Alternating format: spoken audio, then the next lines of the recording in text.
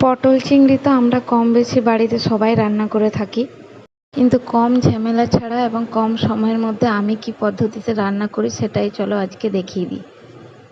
প্রথমে পটলগুলো ভালো করে ধুয়ে আমি জল ঝরিয়ে রেখে দিয়েছি। আর এইদিকে কড়াইয়ের মধ্যে আমি কিন্তু আলুগুলো ভেজে নিয়েছি। এরপর আমি একসাথে পটলগুলোও দিয়ে দেবো। পটলগুলো আমি লাল লাল করে ভেজে নেব। পটল লাল লাল করে ভাজা হয়ে গেলে এবার একটা গোটা পেঁয়াজ আমি এখানে দিয়ে দেব। আলু আর পটলের মধ্যে পেঁয়াজটাও কিন্তু খুব ভালো করে ভেজে নেব।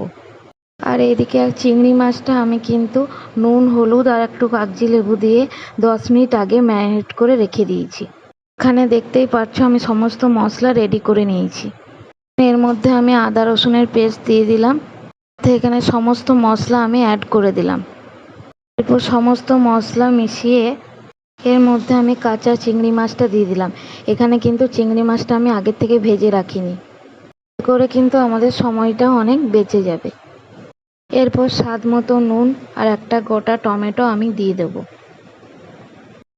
আর এখানে কিন্তু আমি আর অন্য কিছু আর অ্যাড করব না।